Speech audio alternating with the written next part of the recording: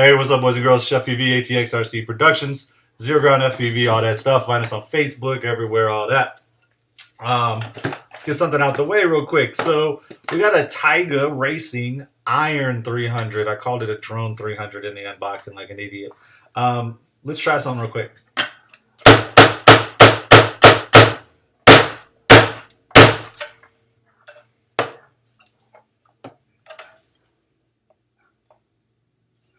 Cool. Let's see. Nice painted or whatever it is, carbon fiber shell.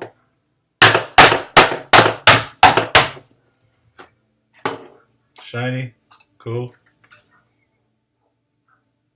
So, before we start our little discussion, I just wanted to get the durability question out of the way. What is this? I'll be honest. I don't know. I now kind of know what it is, and I'm so much more interested. I saw it, and I couldn't believe what it really looked like until I had it. But it feels legit. It looks legit. It makes sense when you look at it aerodynamically and weight-wise. It's like a $135 in grammage with everything chassis-wise and the canopy. It's like $355 or something like that, loaded up.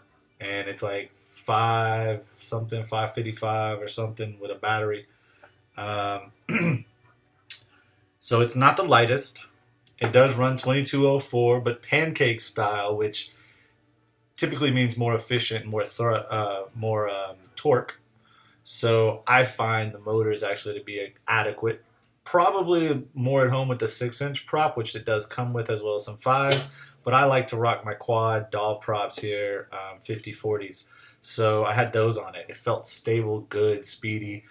My biggest concern speed-wise was I couldn't get my camera tilt at all, so I threw a freaking owl cam in there just to get some sort of view. But even then, you'll see in the flight video, I'm nose down staring at grass. It's hard to go full throttle, you know. But I did a little bit.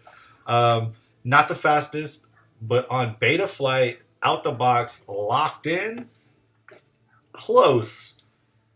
2.9, literally stock PIDs. It didn't oscillate like crazy. It flew fine enough that I let 2 other guys fly it. One that has some not decent, Maverick. He's got some good skills. Ricky from Broken Prop Crew. And his friend, I'm sorry I forget your name in the moment. He flew it. He's only had like 20 packs under his belt at the most. He didn't even have his own gear, and I let him fly mine. It was legit. It was good.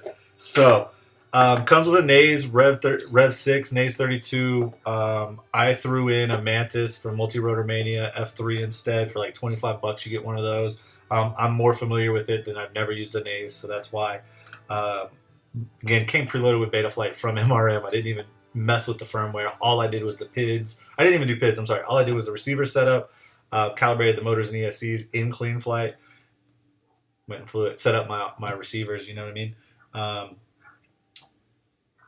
It has some problems, but even the problems that it has, it came back from a day of three 1800 battery packs, 4S, not broken, not even a broken prop. It took a couple of crashes, not anything hard yet. Didn't take what the Voodoo 210 took, which, by the way, Voodoo 210 slammed crazy slam, like 20 millimeter standoffs. It's a little owl camera. There's lightweight like a mug. Much smaller, but 14 grams lighter than this, which is not a 300. I don't know why they put 300 in the name. I haven't measured it yet. I need to. I don't have anything to measure right around here. We put it at about a 255 size-ish. It's not that big. This is serious hardware, though. Like, this is legitimate. Aerodynamics do work. Yes, some issues arise.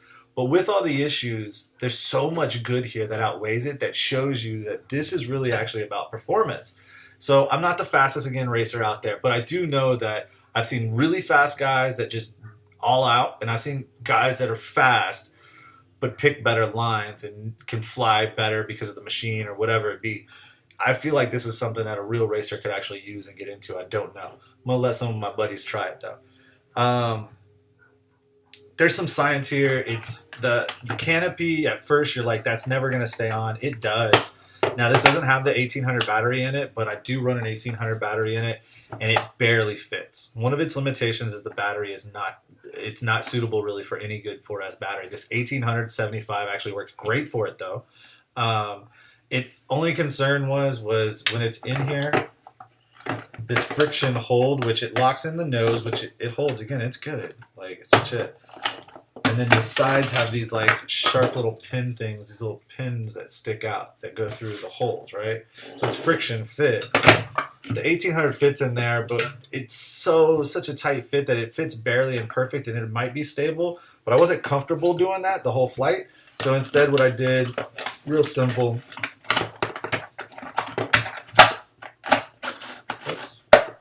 there you go, is I used my session and I just had it wrapped, which centered up, center of gravity was great. I wrapped it all the way around. I was worried that a session wouldn't fit on here, but it does. And it took, again, some tumbles with the session on there. It didn't break anything. You see there's no scratches. I mean, the thing took a beating. Anyways, 1300 tattoos will not fit. They're too tall. They're like 2 millimeters taller, and so at the canopy it won't fit. Same issue with the camera. Like I said earlier, there's not enough camera tilt because of the canopy. But that's really because if you look, the camera's already at the top. This is an owl cam. It needs to start at the bottom to allow me to tilt. Now I'm going to fix this by just carving out the top. It's just going to be the easiest fix.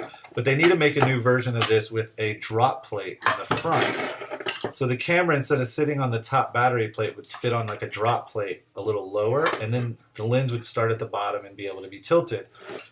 Inside, dude, this thing is, look, I mean, I can try to squeeze it. I'm trying to squeeze it. It's not flexing that much. It's giving me a little give, but it's not. I'm trying to break it right there. I'm not bending it. It's thin, though. It's like 1/4 millimeter, maybe smaller. Molded. You can, when you have everything out, you can see like it's hand laid. It's real carbon. Everything kind of floats in the middle.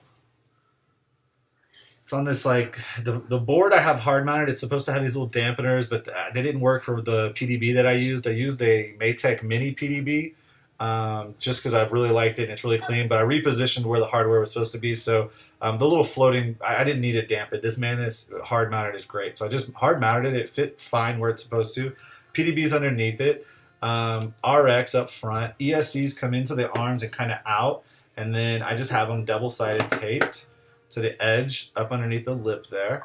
Same thing on the back. VTX is a pigtail. This is the other drawback. No place to put an SMA connector or anything. There's no way to connect your VTX. It's supposed to, I guess, be like they expect you to use like a 45-degree angle on like a straight. I don't know what they expect.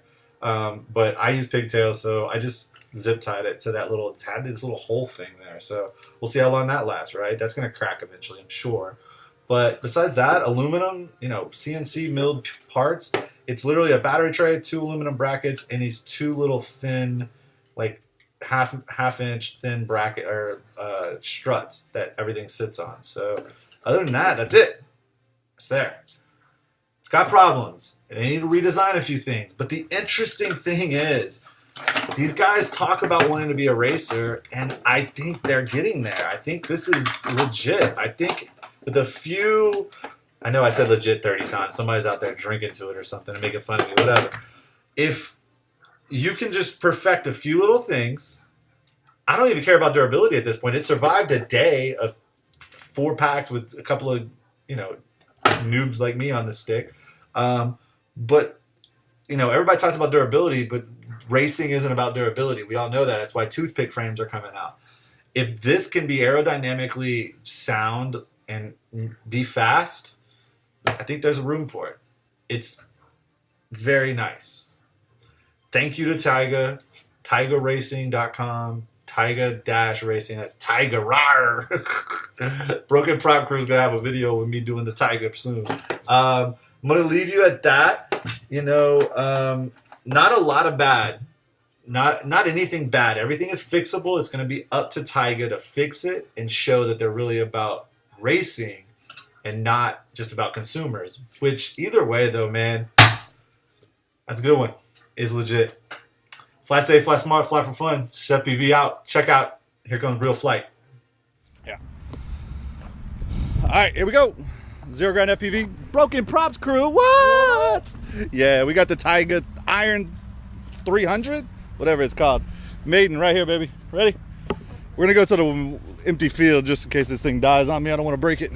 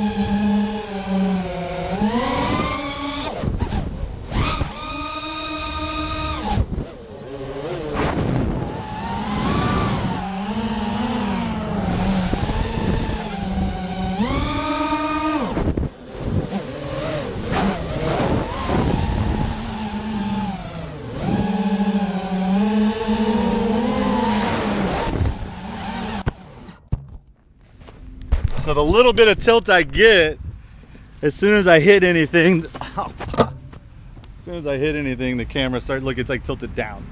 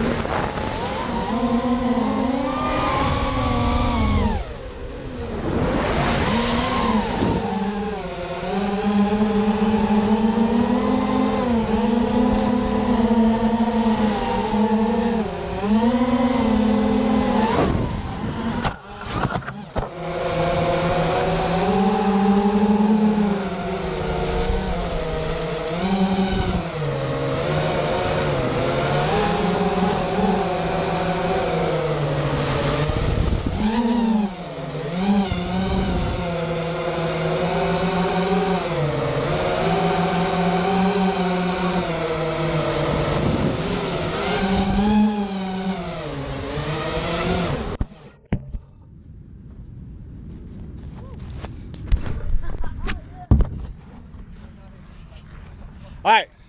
So we just let two cats test ride the Taiga, the Iron 300. We let Ricky, Maverick, right? Tigre. Yes, Maverick. yes. What do you think of it?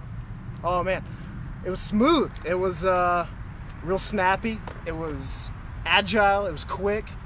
How long you been flying, man? Dude, I don't even know. Not too long, but that thing's fucking sick, man. Awesome. There you go. Taiga-racing, baby. CheFPV, Broken Prop Crew, Zero Ground FPV. Peace.